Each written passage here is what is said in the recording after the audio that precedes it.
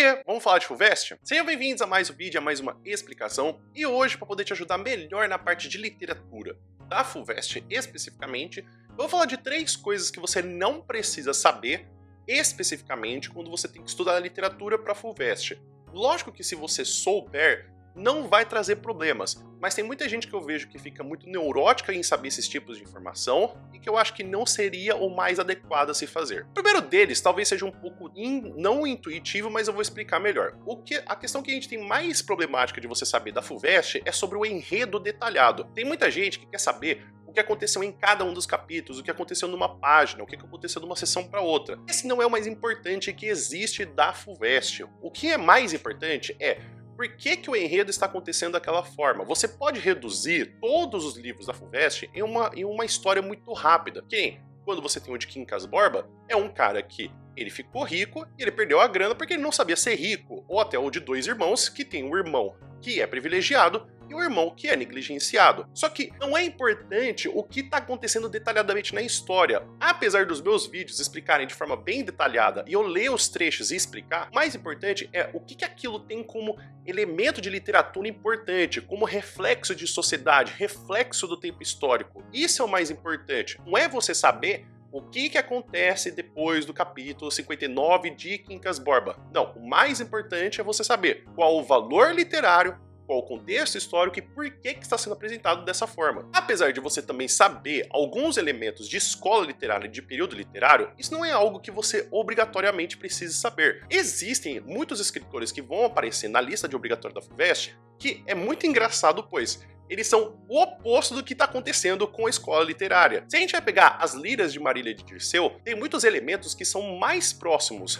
da literatura romântica, quando vai se aproximando da lira da parte 2 e da parte 3, do que você tem do início, que já é algo mais do arcadismo. Assim como também o Machado de Assis, que ele tem uma literatura que ela se afasta, que ela se apropria de alguns elementos do realismo, mas não usa todos os elementos do realismo. Então a gente colocar uma caixinha do que acontece de cada período literário é problemático. A gente tem que saber quais elementos que o autor se apropriou da escola literária, para aí você conseguir saber e como escrever e analisar um livro melhor. Mas não que você tenha que saber todos os detalhes de todas as escolas literárias para poder responder uma pergunta da FUVEST. Talvez elementos da escola literária que aparecem num trecho da obra que você precisa dizer, mas não saber detalhadamente todos os exemplos. Pode ser até mesmo que tenha alguns elementos que o autor nem use, e aí você não precisa nem saber. O terceiro, que eu acho que talvez muitas pessoas não se preocupem já muito com isso, que é sobre a vida do autor. Eu acho que a vida do autor, ela pode te ajudar a você conseguir escrever melhor, para você poder saber por que a pessoa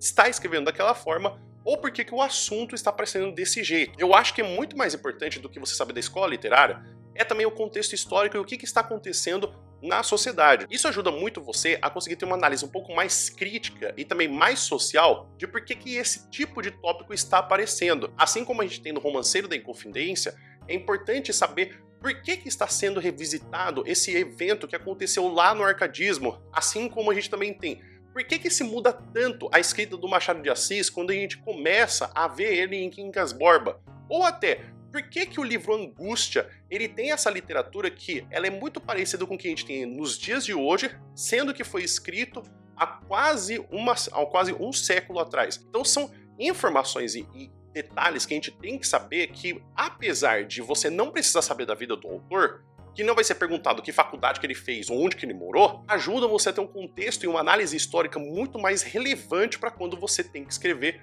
a sua resposta ou quando você tem que selecionar uma resposta para a FUVEST. Então é isso, pessoal. Espero que vocês tenham entendido, espero que vocês tenham gostado. Inclusive, fica aqui então 3 coisas que você não precisa saber. Eu também vou falar sobre outras coisas que você precisa saber e também falar algumas informações a respeito de outras perguntas sobre outros livros para que você fique mais tranquilinho em relação à FUVEST. E você?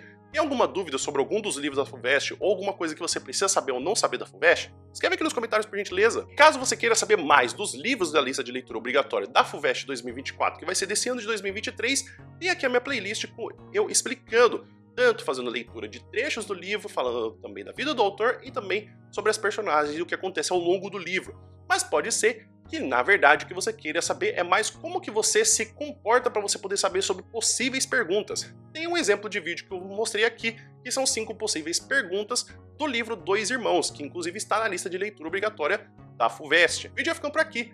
Muito obrigado por todo mundo que ficou até aqui, espero que você tenha um bom dia, e a gente se vê no próximo vídeo. Até mais!